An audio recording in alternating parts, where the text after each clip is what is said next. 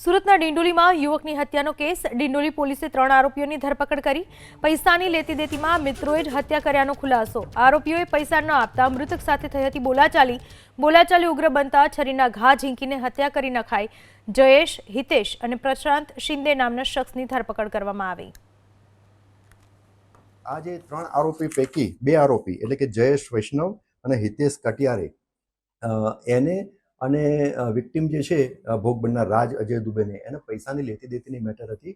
આ વિક્ટિમને આ બંને આરોપીઓએ 5000 રૂપિયા આપેલા હતા અને એ બાબતની આ ચારે ચાર જણ ભેગા થઈ એટલે કે 3 આરોપી અને વિક્ટિમ આ ચારે ભેગા થઈ અને વાતચીત કરતા હતા અને એમાં વાતચીતમાં ઉગ્ર સ્વરૂપ લીધું અને એ ઉગ્ર સ્વરૂપ અને વાતચીતના અંતે આજે જયેશ જેમિન ભરત વૈષ્ણવ અને હિતેશ ઉર્ફે સોનુ મનોજ કટિયારે એ બંને પાસે હથિયાર હતું એટલે એકના પાસે છરી હતી અને બીજાના પાસે ગુપ્તી હતી।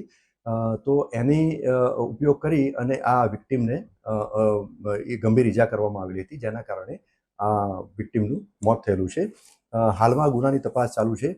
બંને હથિયારની વાત કરું તો હાલમાં પ્રાથમિક પૂછપરછ ચાલુ છે।